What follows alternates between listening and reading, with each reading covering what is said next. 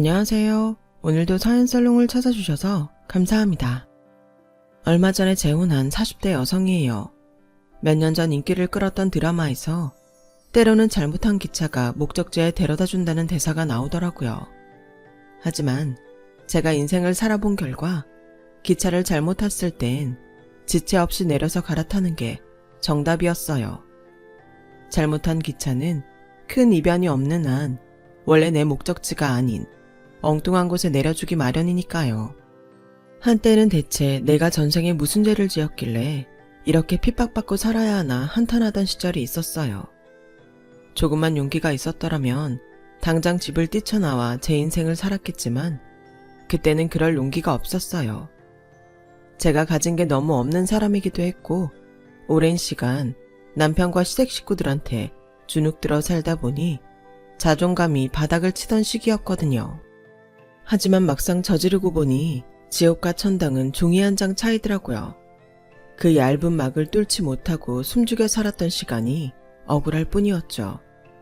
늘 남의 사연만 듣다가 이렇게 제 사연을 보내게 된 건 예전에 저처럼 지금 이 순간에도 모든 걸 자신 탓으로 여기며 당하고 사는 분들께 용기를 드리기 위해서예요. 나를 둘러싼 세상을 바꾸려면 내가 먼저 바뀌어야 한다는 걸 알게 되었거든요. 제가 남편과 가까워지게 된 건 고등학교 2학년 겨울방학 때였어요.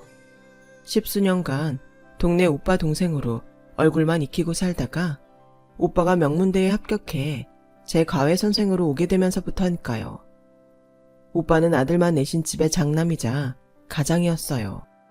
오빠 아버지께서 일찍 돌아가시는 바람에 홀어머니 밑에서 자라야 했고 아빠를 대신해 엄마와 동생을 보살피며 가장 노릇을 해야 했거든요. 아주머니는 동네 도시락 공장에서 일을 하셨는데 여자 혼자 버리로는 내 아들을 키우며 살기 벅찼고 그래서 이웃 사람들은 물론 일수쟁이한테 돈까지 끌었으며 생활해야 했어요. 아직도 어렴풋이 기억이 나네요. 오빠가 대학에 합격했던 겨울 등록 날짜를 앞두고 돈을 마련 못해서 아주머니가 온 동네를 울면서 뛰어다녔던 그날이요. 다른 건 몰라도 우리 부모님들은 자식 등록금을 못 만들어 울고 있는 사람을 모른 척하진 않잖아요.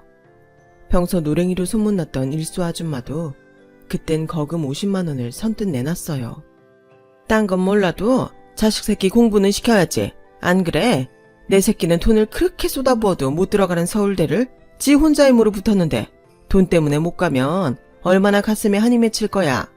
이 돈을 받을 생각 않고 주는 거니까 잘난 아들 훌륭하게 키워. 그게 빚 갚는 거니까.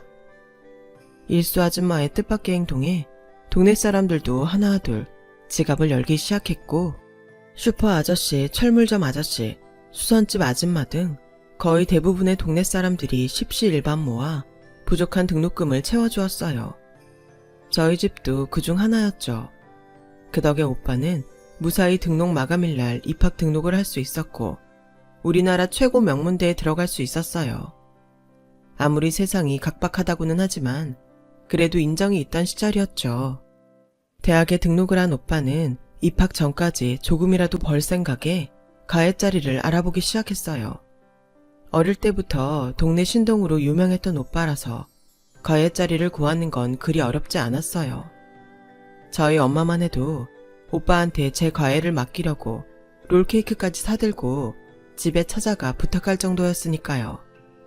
그때까지만 해도 저희 집이 꽤 살만한 형편이라서 가능한 일이었지만요.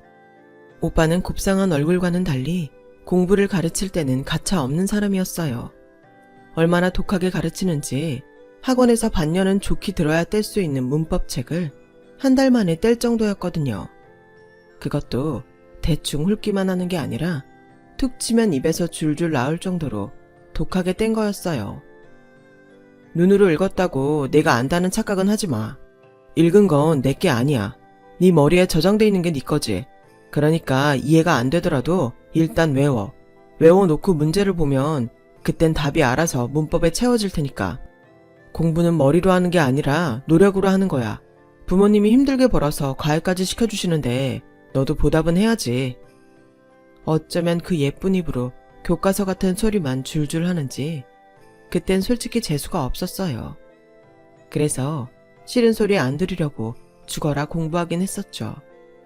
덕분에 고3 새학기가 시작되고 오빠랑 공부한 덕을 봤어요. 성적이 잘 나왔더라고요. 오빠 말대로 영어 문법책을 여러 번 훑었더니 수업을 들을 때 머리에 쏙쏙 들어오더라고요. 신기하게도 말이죠. 좋은 과외 선생도 얻었겠다. 1년간 열심히 해서 명문대는 아니어도 인서울 4년제는 가야겠다고 다짐하던 그때 사건이 터지고 만 거예요. 아빠가 하시던 공장이 IMF 여파로 한순간에 무너져버린 거죠. 아빠는 어떻게든 공장을 살려보겠다고 돈을 구하러 사방으로 뛰어다니셨지만 때가 때인지라 어디서도 돈은 구할 수 없었고 결국 부도가 나고 말았어요.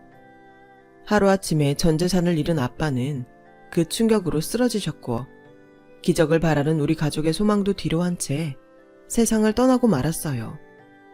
아빠가 허망하게 세상을 떠나시고 저희 집은 많은 게 달라졌어요. 공장을 살리려고 집을 담보로 대출을 받은 탓에 엄마와 저는 당장 살 집도 없이 길바닥에 나앉게 되었거든요.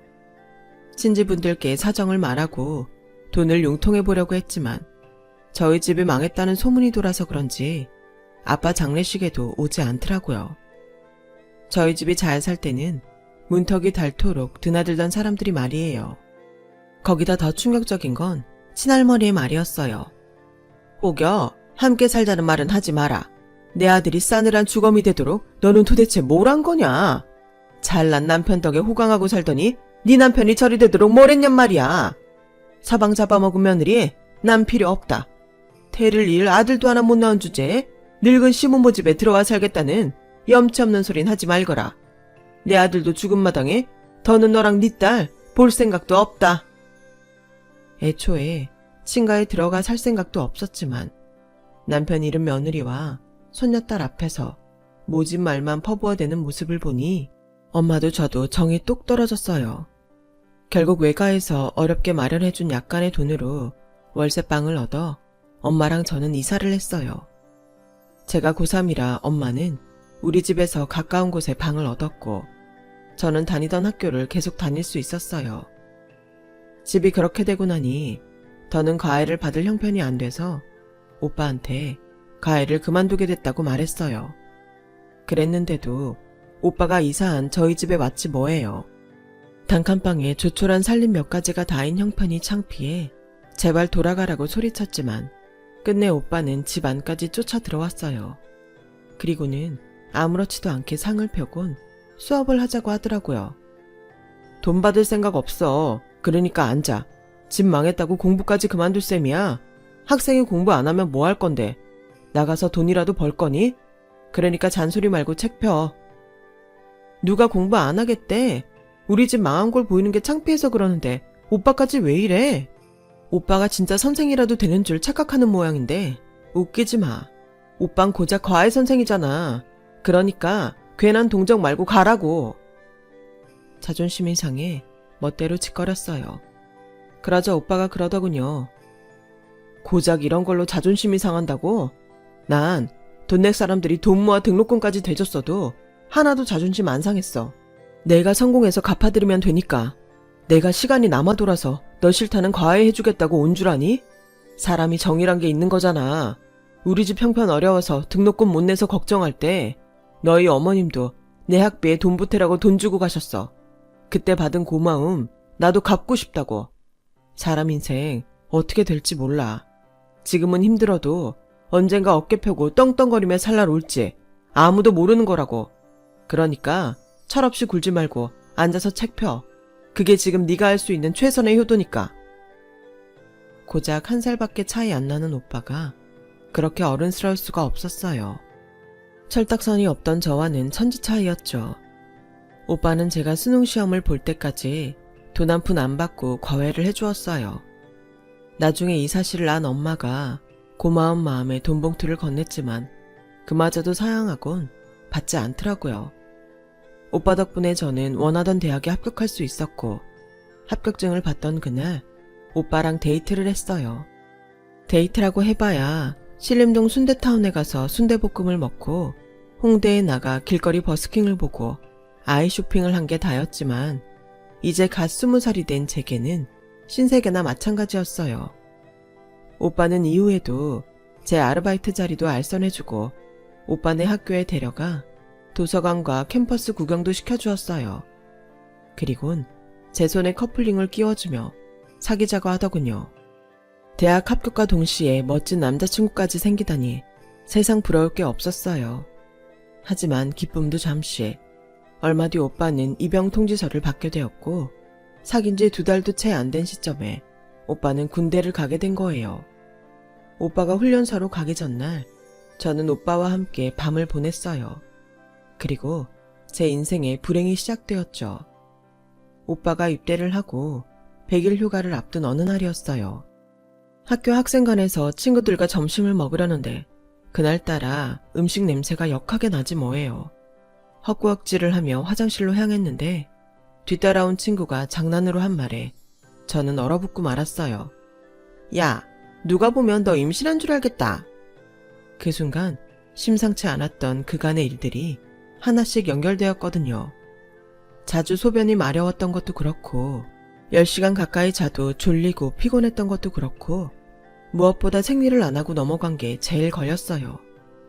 평소 생리 불순이 심했던 탓에 1-2달 거르는 건 예사라서 그런 줄 알았는데 아무래도 아닌 것 같더라고요. 순간 머릿속에 멍해지는 게 앞으로 어떻게 해야 할지 모르겠더라고요. 오빠라도 옆에 있다면 모르겠지만 혼자 이 상황을 받아들여야 할지 도무지 감당할 자신이 없었어요. 일단 확인을 해봐야 할 것 같아서 약국에 임신 테스터를 사러 갔어요. 하지만 막상 약사와 얼굴을 마주하니 입이 떨어지지가 않더라고요. 그래서 한참을 고개 숙인 채 떨고 있었더니 약사가 조용히 물었어요. 혹시 임신 테스터가 필요하냐고요. 그래서 고개만 끄덕였죠. 그런데 하필 그때 오빠네 엄마가 파스를 사러 약국에 들어온 거예요. 아주머니 얼굴을 보자 지레 겁을 먹은 저는 그대로 약국을 빠져나왔어요. 오빠랑 데이트를 하다가 몇 번 들킨 적이 있어서 우리가 사귀고 있는 걸 알고 계신 터라 임신 테스터를 사는 걸 들키면 단박에 걸릴 것 같았거든요. 그렇게 종종 걸음을 치며 집으로 가는데 뒤에서 아주머니가 불렀어요. 애써 못 들은 척 가려는데 기어이 따라오셔선 잔뜩 노려보시며 제 손에 검은 비닐봉지를 건네주시더군요. 그 안엔 임신 테스터가 들어있었어요. 지지배가 몸뚱이 함부로 굴리고 다니면 못 쓴다. 이게 다 부모 얼굴에 먹칠하는 건 줄이나 알아. 아주머니는 무서운 얼굴로 쏘아보시곤 그대로 가버리셨어요. 너무 창피하고 속상하더라고요. 집에 돌아와 엄마가 오시기 전에 검사를 했는데 역시나 선명한 2줄이 나오더라고요. 제일 먼저 든 생각은 날 이렇게 만든 오빠에 대한 원망이었어요. 그리고는 그날 끝까지 거절하지 못한 내 자신이 미워졌고요. 누군가에겐 축복받아야 할 일이 저에게는 재앙처럼 받아들여진다는 사실도 화가 나고 싫었어요. 무엇보다 앞으로 어떻게 살아야 하나가 제일 걱정이었죠. 저는 아직 학생이고 오빠는 군복무 중인데다 우리 집 형편도 넉넉지 않아서 당장 아르바이트를 그만두면 등록금 마련할 일이 막막했으니까요. 게다가 양가 어머님께 임신 사실을 털어놓을 생각을 하니 겁이 났어요. 그래서 아무한테도 말도 못한 채 벙어리 냉가슴 앓듯 하고 있었는데 며칠 뒤 엄마가 어떻게 알았는지 제게 임신 사실을 추궁하더라고요. 이 기집애야, 네가 제정신이야? 어떻게 결혼도 안 한 게 겁도 없이 임신을 해? 애 아빠가 누구야? 당장 말 안 해? 내가 창피해서 살 수가 없어. 승민이 엄마가 뭐라는 줄 아니? 딸 자식 몸간수 잘 시키라고 하더라. 동네 창피한 줄도 모르고 뻔뻔하게 약국에 테스터 사러 왔더라고. 내가 남한테 그런 소리나 듣고 살아야겠니? 어쩔 거야. 이제 어쩔 거냐고. 일단 너 임신시킨 놈부터 만나야겠다. 일어나. 어서 일어나 앞장서라고. 가고 싶어도 못 가. 승민이 오빠 군대에 있단 말이야. 오빠한테 아직 말도 못했어. 100일 휴가 나오면 그때 말할 테니까 그때까지만 기다려줘. 자기 아들이 임신시킨 것도 모르고 저희 엄마한테 딸 몸간수 잘하라고 충고를 했던 아주머니 때문에 엄마는 당장 달려가 따지려고 했지만 제가 말리는 바람에 참을 수밖에 없었어요. 그리고 보름 뒤 오빠가 100일 휴가를 나왔고 저는 임신 사실을 알렸어요. 처음엔 저처럼 당황하던 오빠는 이내 마음의 준비가 끝났는지 이렇게 된 거 혼인신고를 하자고 하더라고요. 그래서 양가 어머님들께 임신 사실을 말씀드리고 혼인신고를 했어요. 물론 반대가 만만치 않았죠. 특히 저희 시어머님이요. 뱃속의 애가 자기 아들 애라는 걸 어떻게 아냐는 망발부터 명문대 출신의 앞길 창창한 자기 아들을 쥐뿔도 없는 집 딸인 제가 발목 잡았다는 말까지 하셨으니까요. 그렇다고 저희 엄마도 이 결혼이 마음에 들었던 것만은 아니었어요. 사윗감이 어디 내놔도 손색이 없는 사람인 건 알지만 시어머니 자리도 그렇고 밑으로 줄줄이 딸린 시동생 때문에 한 걱정이셨으니까요. 당시 둘째, 셋째는 고등학생이었고 막내가 초등학교 4학년이었거든요. 벌이도 시원찮은 시어머니 혼자 아들들을 공부시키는 건 불가능했고 당연히 큰아들이 그 짐을 짊어져야 하는 건 불보듯 뻔했죠. 그러니 하나뿐인 딸이 불구덩이에 뛰어든 것과 뭐가 다르겠어요. 울며 겨자 먹기로 제 결혼을 허락해 주셨지만 마음은 편치 않으셨어요. 그런데도 시어머니는 당신만 피해자인 것처럼 말씀하시더라고요. 좋습니다. 뱃속에 아이까지 있는데 나 몰라라 할 수는 없고 대신 앞으로 상의는 제가 데리고 살겠습니다. 비록 내 아들이 군대에 있기는 하지만 엄연히 혼인신고까지 한마당에 내 집 식구를 밖에 둘 이유가 있겠습니까? 당연히 데리고 살아야죠. 그러니 상의 너 내일 당장 짐 싸서 우리 집으로 들어와라. 저희 엄마는 말도 안 된다며 펄펄 뛰었지만 시어머니 고집은 꺾을 수 없었어요. 그렇게 저는 남편도 없이 시댁에 들어가 살게 되었어요. 임신한 몸으로 학교 다니랴, 불편한 시댁에서 생활하랴, 한동안은 정말 패닉 상태로 지냈던 것 같아요. 그리고 시댁에 들어온 지 얼마 안 돼서 왜 시어머니가 나를 데리고 살겠다고 했는지 알게 되었어요. 고등학생 시동생과 초등학생 막내까지 제게 떠넘길 심산이었던 거예요. 빨래, 청소, 시동생들 아침밥은 물론 심지어 막내 시동생 학부모 노릇까지 시어머니는 죄다 저한테 떠넘기셨어요. 제가 집에 들어온 이후에는 퇴근도 전보다 늦으시고 친구분들과 만나 술을 드시고 오는지 몸에서 술 냄새가 진동하더라고요. 저는 어머님과 방도 같이 쓰는 처지라 안 그래도 입덧도 심한데 술 냄새 때문에 잠도 제대로 못 잘 정도였죠. 그렇게 육체적 노동과 정신적 스트레스가 극에 달하던 어느 날 결국 저는 유산을 하고 말았어요. 그러자 시어머니는 못난 며느리 때문에 손주를 안아보지도 못하고 떠나보냈다며 제 탓을 하시더군요. 누구보다 힘든 건 바로 저였는데 말이에요. 엄마가 몸 추스를 때까지라도 친정에 데리고 있다가 보내겠다고 했더니 자식 잡아먹은 게 무슨 유세라고 친정에서 몸조리를 한답니까? 너도 입 있으면 말해봐라. 네가 지금 친정 가서 두 다리 쭉 뻗고 쉴 처지냐? 내 손주는 세상 빛도 못 보고 무지개 달 건넜는데? 아니지. 차라리 이참에 친정 가서 푹 쉬어라. 그리고 애도 없어진 마당에 내 아들 놔줘. 애초에 네가 몸뚱이만 함부로 안 굴렸어도 결혼 안 했을 거 아니니? 죽은 애한테 미안하지만 차라리 잘된 일인지도 모르겠다. 안 그러니? 기다렸다는 듯 저를 내쫓으려는 시어머니를 보자 오기가 생겨서 남편이 제대할 때까지 그 집에 꼭 붙어있겠다 다짐하게 됐어요. 그게 얼마나 바보 같은 생각이었는지 그땐 모른 채 말이에요.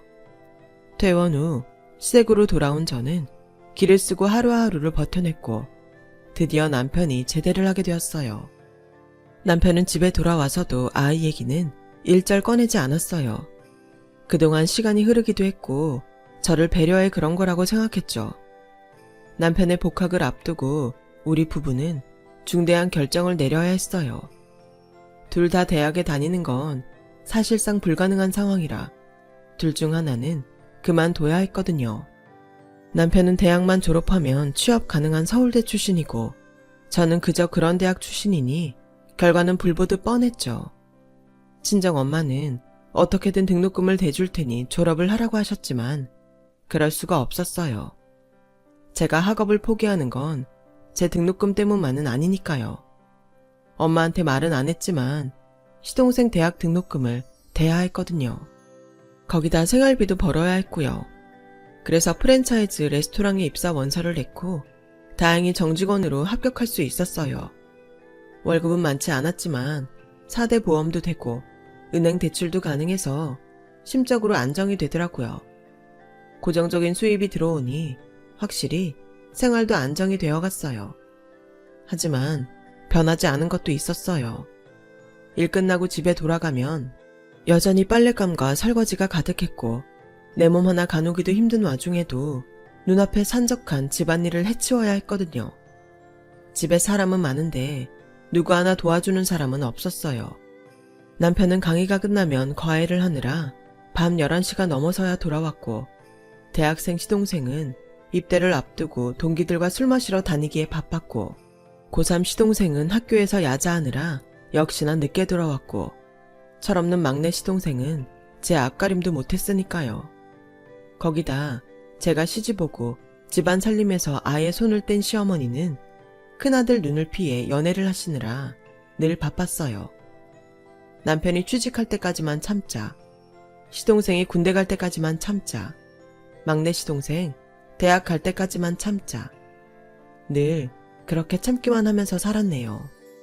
남편은 대학 졸업 후 바로 대기업에 취직을 했고 동기들보다 먼저 승진을 거듭한 끝에 과장이 되었어요. 그 사이 저는 시동생 셋을 대학 공부를 시켰고 막내 시동생을 뺀 두 시동생은 장가까지 보냈어요. 둘째 시동생의 경우 동서가 일 때문에 바쁘다고 해서 예식장까지 제가 직접 발품 팔아가며 예약해 주었고요. 정작 저는 결혼식도 못했는데 말이죠. 어머님은 당신 아들들이 결혼을 한다는데도 두 손 놓고 모든 걸 제게 떠넘기기만 하셨어요. 내가 뭘 알겠니? 젊은 네가 알지. 나 상관 말고 네가 알아서 골라줘라. 말은 그렇게 해놓곤 꼭 나중에 가서는 불평을 늘어놓으셨어요. 예식장이 외지다는 둥, 음식이 입에 안 맞는다는 둥 하면서 말이죠. 그러면서 당신이 받을 예단은 일일이 다 따져가며 다 챙겨 받으시더라고요. 한복은 디자이너가 직접 만든 핸드메이드가 아니면 안 입겠다던가 백이며 구두는 백화점에 직접 가서 본인이 고르겠다거나 목걸이 반지는 세트로 받겠다 등등. 웃긴 건 정작 당신 자식들 결혼에 발벗고 나선 저한테는 버선 한 짝 사주란 말도 안 하셨다는 거예요. 한 번은 둘째 동서 부모님이 맏며느리 예단도 해주겠다고 했더니 정색을 하며 그러시더라고요. 얘가 뭘 한 게 있다고 예단을 해줘? 어머님께 그럴 필요 없다고 전해라. 쟨 시집 올 때 해온 것도 없는데 왜 니들이 돈 들여 해주니? 그럴 돈 있으면 이 시엠이 금목걸이나 하나 더 해주려무나. 나이가 드니 목이 허전해서 뭐라도 하나 걸어야지 안 되겠다. 해온 게 없으니 받을 생각도 말라고 하시는데 어이가 없었어요. 결혼식도 없이 살았는데 혼수 안 해온 것만 탓하시니 말이에요.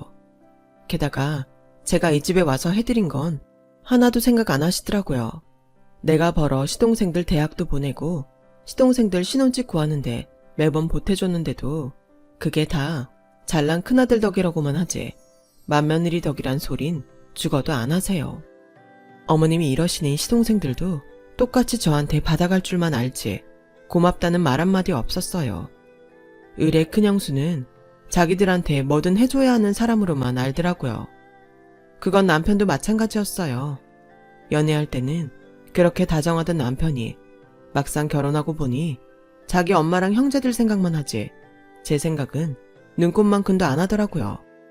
저희 친정엄마가 돌아가셨을 때도 제 마음 아픈 건 생각 않고 회사일 오래 빠지면 안 된다고 장례식 일정을 당겨서 이 일정으로 끝내자더군요. 자기 집 경조사 때는 악착같이 저를 부려가며 챙겨놓곤 하나뿐인 친정엄마 장례식도 줄여서 하자는 말에 그동안 서운했던 감정이 폭발해 한마디 했더니 저보고 뭐라는 줄 아세요? 당신은 열등감이 너무 심해서 탈이야.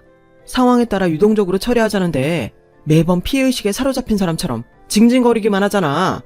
제발 어른답게 행동하라고.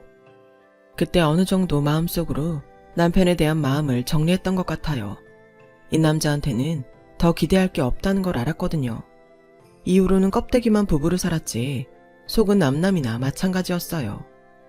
그러다 그 사건이 터진 거예요. 결혼 23주년 기념일을 앞두고 남편 선물을 사러 백화점에 갔는데 거기서 남편이 내언녀랑 데이트하는 장면을 목격한 거예요. 솔직히 놀랍지도 않았어요. 벌써 3년 넘게 회사 일로 바쁘다는 핑계로 외박이 잦았고 집에 와서 벗어놓은 옷에는 여자 향수 냄새가 진동을 했었거든요. 그럴 때마다 접대하느라 룸사롱에 갔다가 그곳 아가씨한테 묻은 거라 했지만 제가 바본가요? 어떻게 매번 다른 아가씨들이 같은 향수를 뿌려요? 그런데도 속는 척 해줬어요.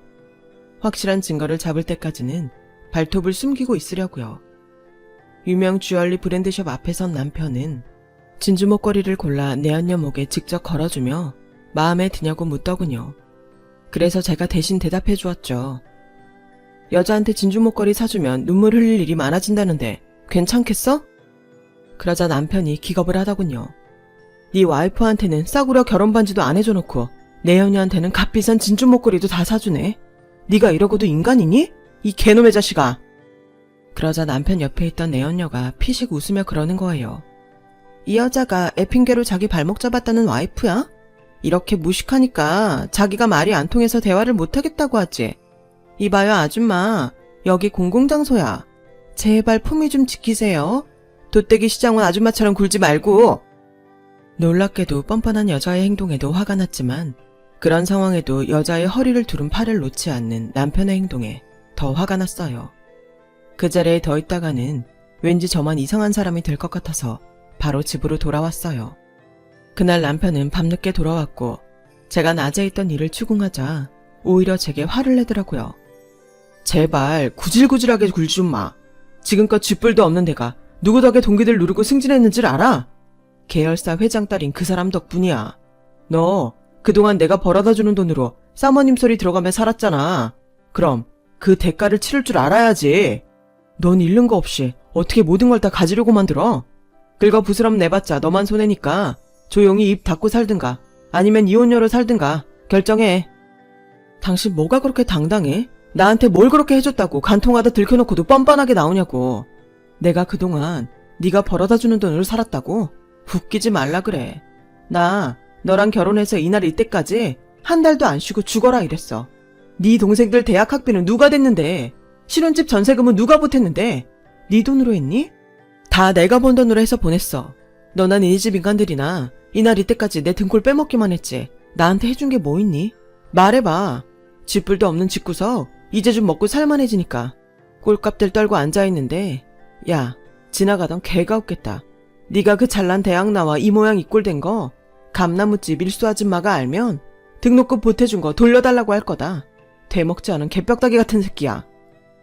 너 함부로 말할래? 나 더는 안 참아. 니까지 꽤 안 참으면 어쩔 건데. 어차피 헤어질 마당에 내 할 말 하고 가겠다는데 네가 뭔 상관이야. 억울하면 너도 막말해. 하긴 네가 잘한 게 있어야 나한테 막말도 하지. 이봐요 이승민 씨. 난 더는 더러워서 너 같은 거랑 같이 못 살겠으니까 그 잘난 계열사 회장 딸 데려다가 천년만년 잘 살아보세요. 아, 그간 네 동생들한테 들어간 내 돈 다 받아갈 테니까 네 동생들한테 똑똑히 전해. 알았어? 결국 저는 재산 분할을 받고 남편과 이혼을 했어요. 그 과정에서 그동안 시동생들한테 들어간 학비며 전세 보증금, 거기다 남편 내언녀한테 상간녀 위자료까지 다 받아냈어요. 시동생들이 자기들은 돈 못 준다고 펄펄 뛰길래 남편의 간통 사실을 회사 홈페이지에 폭로하겠다고 했더니 남편이 알아서 받아주더군요. 그렇게 저는 23년간의 지긋지긋한 결혼 생활을 끝으로 돌싱이 됐어요. 그리곤 태어나고 자랐던 동네를 떠나 멀리 양평으로 이사를 했어요. 사람에 치여 사느라 지친 심신을 안정시키려고 이사를 한 건데 정작 반년도 안 돼 외로워 미칠 것 같더군요. 그래서 집 주변에 일자리를 알아보다가 어린이집 주방 아줌마를 구한다는 구인 공고를 보고 이력서를 냈어요. 프랜차이즈 레스토랑 서빙을 시작으로 20년 넘게 요식업에 종사하면서 틈틈이 따놓은 조리사 자격증 덕분에 바로 취직할 수 있었어요. 월급은 얼마 안 됐지만 일하는 시간도 짧고 힘에 부치지 않아서 저한텐 딱인 직장이었어요. 무엇보다 가까이서 아이들을 볼 수 있다는 게 최대 장점이었죠. 전 남편과 살면서 3번이나 유산을 경험한 저는 아이를 가질 수 없는 몸이 되었고, 그래서 그런지 아이에 대한 목마름이 늘 있었거든요. 그런데 직장에서 매일 아이들을 만나고 참새처럼 짹짹거리는 아이들 목소리를 들으니 마치 내 자식처럼 그렇게 사랑스러울 수가 없었어요. 그중 유독 제 눈에 들어오는 아이가 하나 있었어요. 5살짜리 여자아이인데 여느 아이들과 달리 늘 침울한 표정으로 혼자 구석에 숨어 있곤 했어요. 정확한 사정은 모르겠지만 엄마랑 같이 살지 않는지 묶은 머리가 늘 엉망이라서 선생님이 매번 다시 묶어주시는 것 같더라고요. 게다가 종종 하원 시간이 되도록 부모님이 찾아오시지 않아서 혼자 빈 교실에 남아있는 날이 많았어요. 그래서 하루는 퇴근도 미루고 아이한테 다가가 말을 걸어 보았어요. 처음엔 대꾸도 않고 눈만 말똥말똥 뜨고 있더니 제가 동화책을 읽어주자 슬그머니 다가와 제 옆에 앉더라고요. 한참을 귀 기울이고 듣던 아이는 어느샌가 잠이 들어 제 팔에 머리를 뚝 떨구더군요. 나도 모르게 아이를 등에 업은 채 교실 안을 서성였어요. 새근새근 아이의 숨소리와 내 등에 퍼지는 아이의 따뜻한 온기에 이상하게 가슴이 먹먹해지더라고요. 하늘의 별이 되어버린 내 아이들이 온전히 태어나 자랐다면 이 아이처럼 내 등에 엎여 잠들지 않았을까 하는 생각이 들어 눈시울이 붉어졌어요. 그리고 이내 눈물방울이 뚝 떨어졌죠. 2팔로 아이 엉덩이를 받치고 있느라 눈물을 닦을 수가 없었거든요. 그때였어요. 누군가 어린이집 안으로 급하게 달려들어오더라고요. 아이의 아빠였어요. 눈물이 그렁한 눈으로 아이를 업고 있는 저를 보자 아이 아빠는 당황하더군요. 그건 저 역시 마찬가지였어요. 얼른 아이를 건네주곤 조리실로 숨듯 들어가 버렸죠. 그날 이후 아이는 제가 부르지 않아도 제게 다가와 말을 걸 정도로 저와 많이 가까워졌어요. 아이 아빠가 늦는 날이면 선생님 대신 제가 아이를 맡아주곤 했는데 하루는 아이 아빠가 고맙다며 쇼핑백을 건네더라고요. 서울에 갈 일이 있어서 간 김에 하나 샀어요. 마음에 드실지 모르겠네요. 포장을 풀어보니 머플러더라고요. 남편과 23년을 살면서 단 한 번도 선물을 받아보지 못했던 저는 어떻게 반응해야 할지 몰라 얼빠진 사람처럼 서 있었어요. 그랬더니 아이 아빠가 당황한 표정으로 마음에 안 들면 바꿔다 주겠다고 하지 뭐예요. 아니에요. 너무 예뻐서 그래요. 이런 선물은 처음 받아보거든요. 감사합니다. 아, 예림이가 그러는데 조리사님이 만들어주시는 감자조림이 그렇게 맛있다고 하더라고요. 실례지만 레시피 좀 알 수 있을까요? 도우미 아줌마가 해주신 건 그 맛이 안 난다고 해서요. 부탁 좀 드리겠습니다. 며칠 뒤 저는 예림이가 잘 먹는 몇 가지 반찬들 레시피를 적어 예림이 아빠한테 전해주었어요. 그 일을 계기로 종종 예림이 아빠와 대화를 나누게 되었어요. 난임으로 고생하다 결혼한 지 10년이 넘어서야 예림이를 가졌어요. 예림이 엄마가 몸이 약해서 출산을 할 상태가 아니었는데 어렵게 가진 아이라 포기를 안 하더라고요. 결국 예림이 엄마는 예림이를 낳고 얼마 안 돼 세상을 떠났고 서울에서 회사를 운영하며 일에 빠져 살던 예림이 아빠는 아이와 많은 시간을 보내기 위해 양평으로 이사를 한 거죠. 현재는 주로 재택근무를 하고 있는데 중요한 미팅이 있을 때는 서울에 가야 해서 종종 예림이를 늦게까지 어린이집에 두곤 한다고요.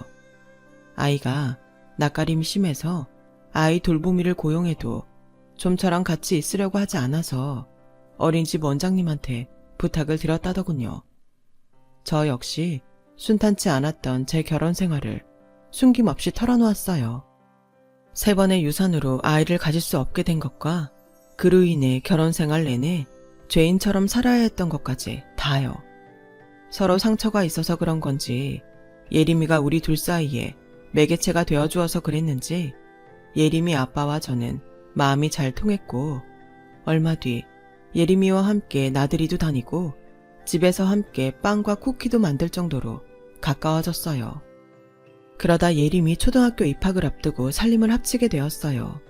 아무래도 아이가 학교에 들어가면 엄마 손이 많이 필요할 테고 어차피 할 결혼이라면 아이를 위해서 조금 앞당기자고 마음을 모았거든요. 언젠가 결혼식도 못하고 23년을 살았다는 말을 했던 적이 있는데 예림이 아빠는 어떻게 그걸 기억하곤 재혼임에도 결혼식을 하자고 했어요. 그럴 필요 없다고 한사코 거절을 했지만 막상 웨딩샵에서 웨딩드레스를 입어보니까 만감이 교차하더라고요. 이제야 내가 제대로 된 내 인생을 살게 된 것 같았거든요. 마치 지난 세월들이 하룻밤 꿈처럼 아스라이 느껴졌어요. 결혼 후 우리는 양평집을 정리하고 서울에 신접살림을 차렸어요. 그리곤 마치 처음부터 한 가족이었던 것처럼 살게 되었죠. 그러다 얼마 뒤 남편과 함께 부부 동반 동문 모임에 가게 되었어요. 결혼식을 할 때까지는 몰랐는데 남편도 서울대 출신이더라고요. 명문대라 그런가 동문들도 하나같이 대단한 사람들이더라고요. 서로 다른 분야에 있어도 학연을 통해 끈끈한 유대를 이어가는 걸 보니 문득 의문이 들더라고요. 이런 모임이 있는데 왜 전 남편은 20년 넘도록 왜 한 번도 나를 동문 모임에 데리고 나가지 않았을까 하는 거였어요. 그런데 그 순간 내 앞에 전 남편이 나타났지 뭐예요. 야, 네가 여긴 왜 와 있어? 미쳤어? 우리 이혼했잖아. 오늘 이 자리가 나한테 얼마나 중요한 순간인데 나타나서 깽판을 치려들어? 네가 달라는 돈도 다 줬는데 뭐가 부족해서 여기까지 왔냐고. 길게 말할 거 없어. 누가 알아보기 전에 당장 꺼져. 내 눈앞에서 사라지라고. 정신 차려. 나도 올만하니까 온 거야. 그리고 너야말로 정신 차려. 네가 뭐라고 위험한 마당에 내가 널 따라다니겠니? 나한테 신경 끄시고 너 갈 길 가세요. 전 남편한테 쏘아붙이곤 동문들과 얘기를 나누는 남편한테 갔어요. 그런데 전 남편이 따라오지 뭐해요. 이 인간이 미쳤나 하는 그 순간 저를 밀치곤 한 발 앞서 제 남편한테 꾸벅 인사를 건네더라고요. 그리고는 알랑방귀를 끼며 제 남편 앞에서 비굴하게 구는데 그 모습에 헛웃음이 날 정도였어요. 남편은 그런 전 남편의 말을 끊고는 먼저 저한테 사과를 하라고 했어요. 사람을 밀쳤으면 사과부터 하는 게 예의가 아니냐고요. 그랬더니 전 남편이 대수롭지 않은 듯 손사래를 치면서 말했어요. 아, 이 사람한텐 신경 안 쓰셔도 돼요. 애초에 여기 올 자격도 없는 사람이니까요. 그보다 선배님, 이번에 사업 확장을 하신다고 들었는데 제가 사실 그쪽에 관심이 좀 있습니다. 괜찮으시다면 언제 시간 좀... 이보세요. 내 와이프가 왜 이 자리에 올 자격이 없는 사람입니까? 그쪽이야말로 이 대화에 낄 자격이 없는 사람 아닌가요? 좋은 말 할 때 당장 사과하세요. 제 남편의 말에 전 남편은 어리나간 사람처럼 눈에 초점이 풀렸고 저를 향해 90도로 인사를 하며 죄송하다고 사과를 했어요. 그리고는 금방이라도 얼굴이 터질 것처럼 붉어져서는 꽁지가 빠지게 도망쳐버렸어요. 나중에 알고 보니 전 남편이 내연녀의 변심으로 버림받자 회사에서는 당장 전 남편을 공고사직 명단에 올렸고 실직 위기에 몰린 전 남편은 제 남편 회사에 취업하기 위해 청탁을 하려고 동문회에 왔던 거더라고요. 한 치 앞도 모르는 게 인생이라고 전 남편은 끝까지 저한테 함부로 굴다 제 발로 기회를 찬 꼴이 된 거예요. 이런 걸 보면 복이나 화는 하늘이 내리는 게 아니라 인간 스스로 짓는 게 아닐까 싶어요. 그래서 착하게 살아야 하는가 봅니다. 제 긴 사연을 들어주셔서 감사합니다. 항상 건강하시고 여러분 곁에 복된 일만 있으시길 바랍니다. 여러분, 사연 댓글에 응원과 현명한 조언 부탁드려요. 좋아요와 구독은 저에게 큰 힘이 됩니다. 오늘도 좋은 일 가득하세요.